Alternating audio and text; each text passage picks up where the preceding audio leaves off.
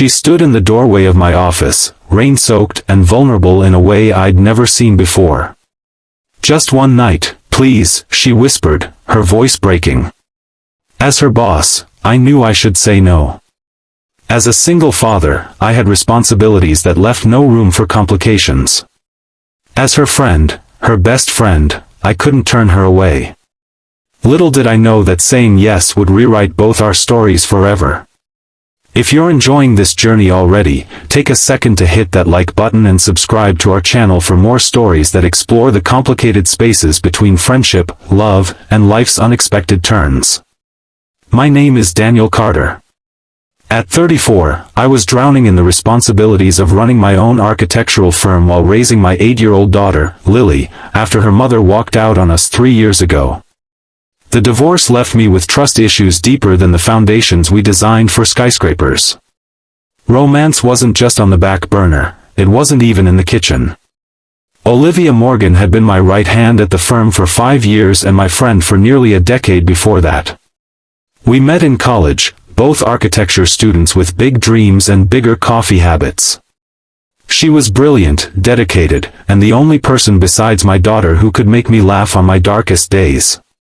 She was also strictly off-limits in my mind. I had a rule about workplace relationships, especially after becoming her boss. That rainy Tuesday in November changed everything. I was working late, as usual. The babysitter had Lily covered, and I was buried in blueprints for our biggest project yet, a sustainable community center that could put our small firm on the map. The knock on my office door came just past 9. "Come in," I called, not looking up from my drafting table. The door creaked open, and there stood Olivia, mascara trailing down her cheeks, her normally perfect honey blonde hair plastered to her head, her blue eyes red-rimmed and swollen. I was on my feet instantly. "Liv? What happened?" She stepped inside, dripping water onto the hardwood floor. "They're tearing down my building. Giving everyone 30 days to vacate." Her voice was hollow. "Some developer bought it. The same day my car decided to die completely. And I just got the call that my dad's cancer is back." The universe had decided to hit her with everything at once.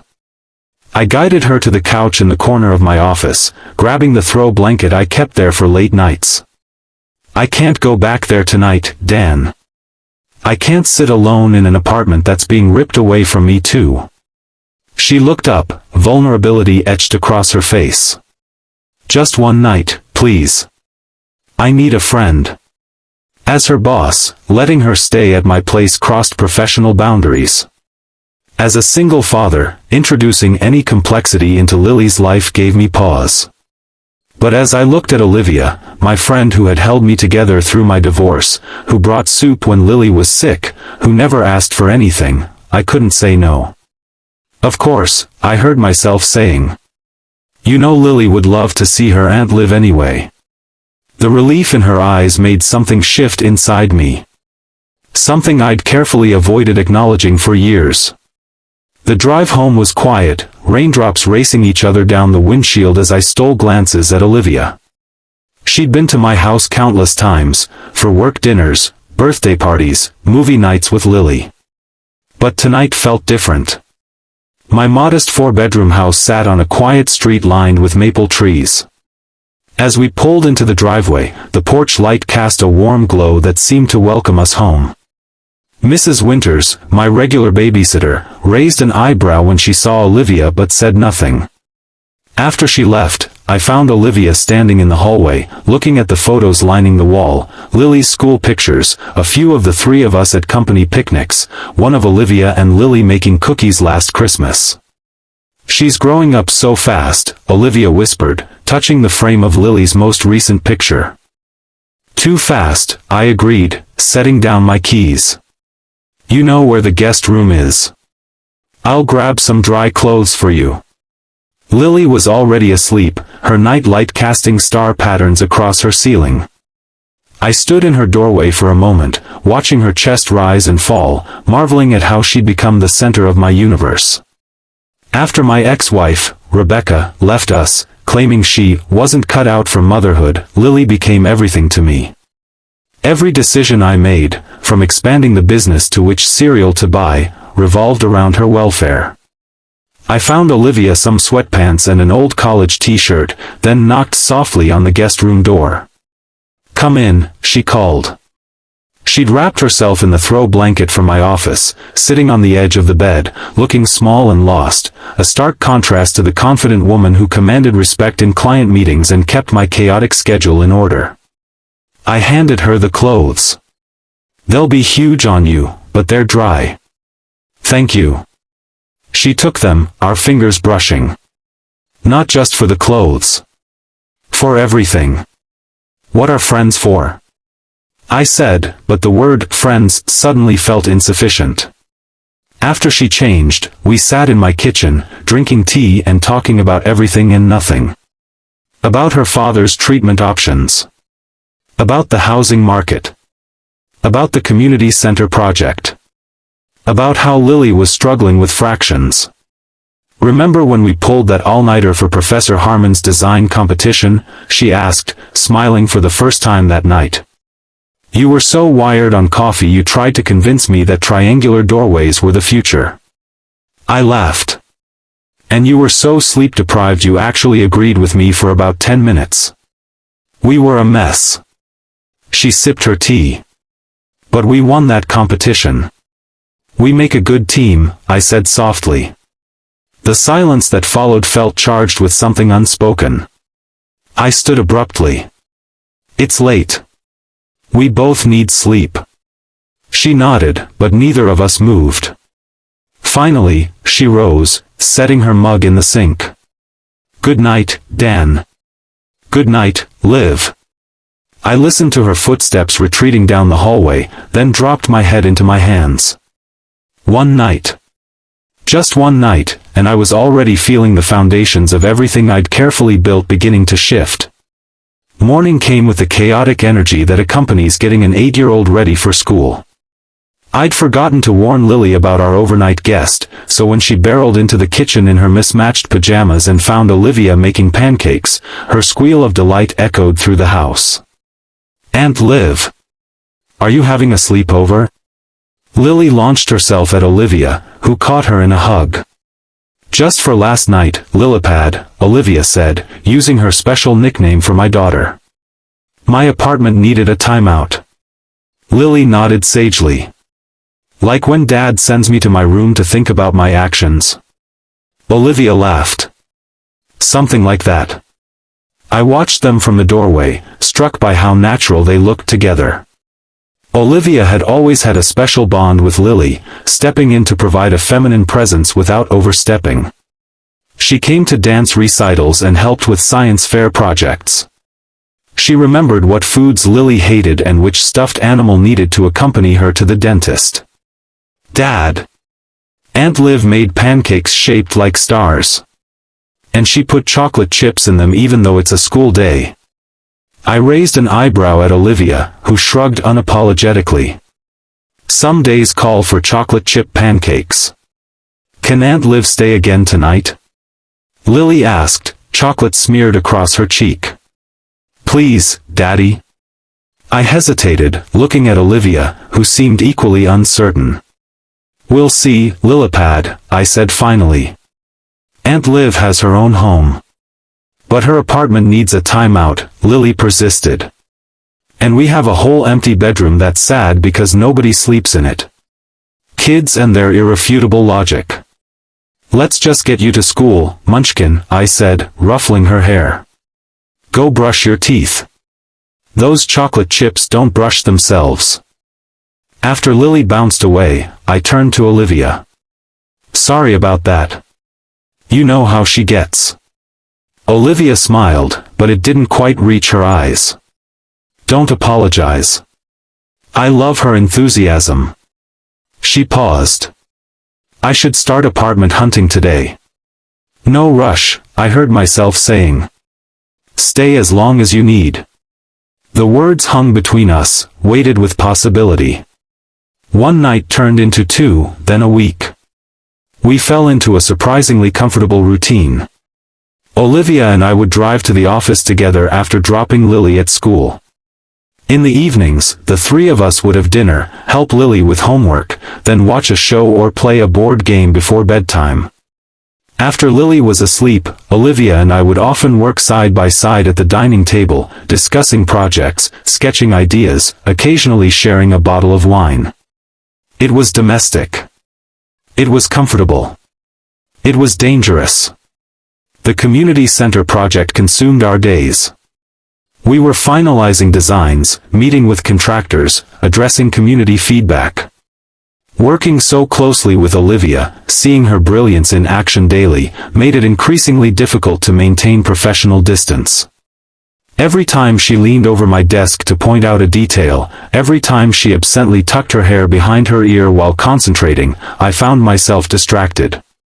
2 weeks into our arrangement, I was helping Lily with her bath when she dropped a bombshell in the casual way only children can. "Daddy, is Aunt Liv going to be my new mommy?" Water sloshed over the side of the tub as I nearly dropped the shampoo bottle. "What?" "No, honey. Aunt Liv is just staying with us for a little while because her apartment is having problems."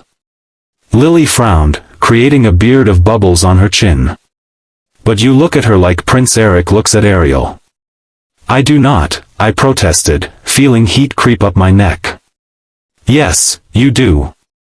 And she looks at you like Belle looks at the beast when he gives her the library." Out of the mouths of babes. I hadn't realized we were so transparent, or that my daughter was such an astute observer of Disney romance dynamics. "Aunt Liv and I are friends, Lilipad. And she works for me, remember?" "So?" Lily shrugged, splashing water. "Jasmine was a princess and Aladdin was poor, but they still got married." I couldn't argue with that airtight Disney logic. "Time to rinse your hair, Little Mermaid." Later that night, after Lily was asleep, I found Olivia on the back deck, wrapped in a blanket, staring at the stars. I handed her a glass of wine and sat beside her. "Apartment hunting going okay?" I asked, trying to sound casual. She sighed. "Nothing in my price range that doesn't look like a crime scene." She took a sip of wine. "I should be looking harder. We both know this arrangement can't continue forever." "Why not?" The question escaped before I could catch it. She turned to look at me, surprise evident in her expression. "Dan, I'm your employee. You're my boss. We're already skating on thin ice professionally. Is that the only reason?" I pressed, heart hammering. The silence stretched between us, taut with unspoken feelings. "No," she finally whispered. "It's not." I set my wine glass down carefully. "Liv, I..." The sliding door opened, and Lily appeared in her unicorn pajamas, clutching her stuffed elephant. "I had a bad dream," she announced, rubbing her eyes. The moment shattered. Olivia immediately opened her arms, and Lily climbed into her lap, snuggling against her chest. "Want to tell us about it?" Olivia asked, stroking Lily's hair. As I watched them together, something crystallized in my chest, a certainty I'd been fighting for longer than I cared to admit. The next day at the office was tense with awareness. We moved around each other carefully, professional in front of the team but hyper-aware of each other's presence. During our project meeting, our hands brushed as we reached for the same blueprint, and the jolt that passed between us was noticed by at least 2 junior architects, judging by their exchanged glances. After everyone left for the day, Olivia lingered in my office doorway.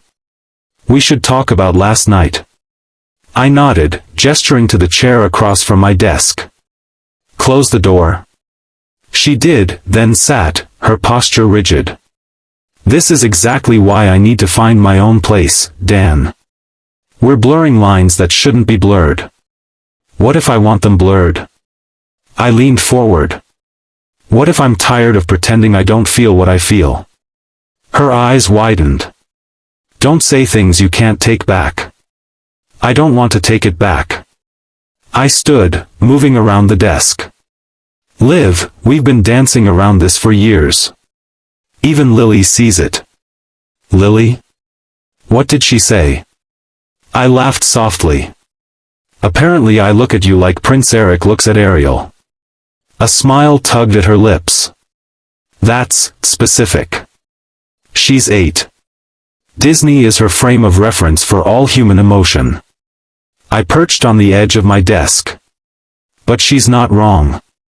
Olivia stood, pacing the length of my office. This is complicated, Dan. I work for you. We have professional reputations to consider. And Lily, what if we try this and it doesn't work? She's already lost one woman in her life. Those are all valid concerns, I acknowledged. And if it were anyone else, they might be deal breakers. But it's you, Liv.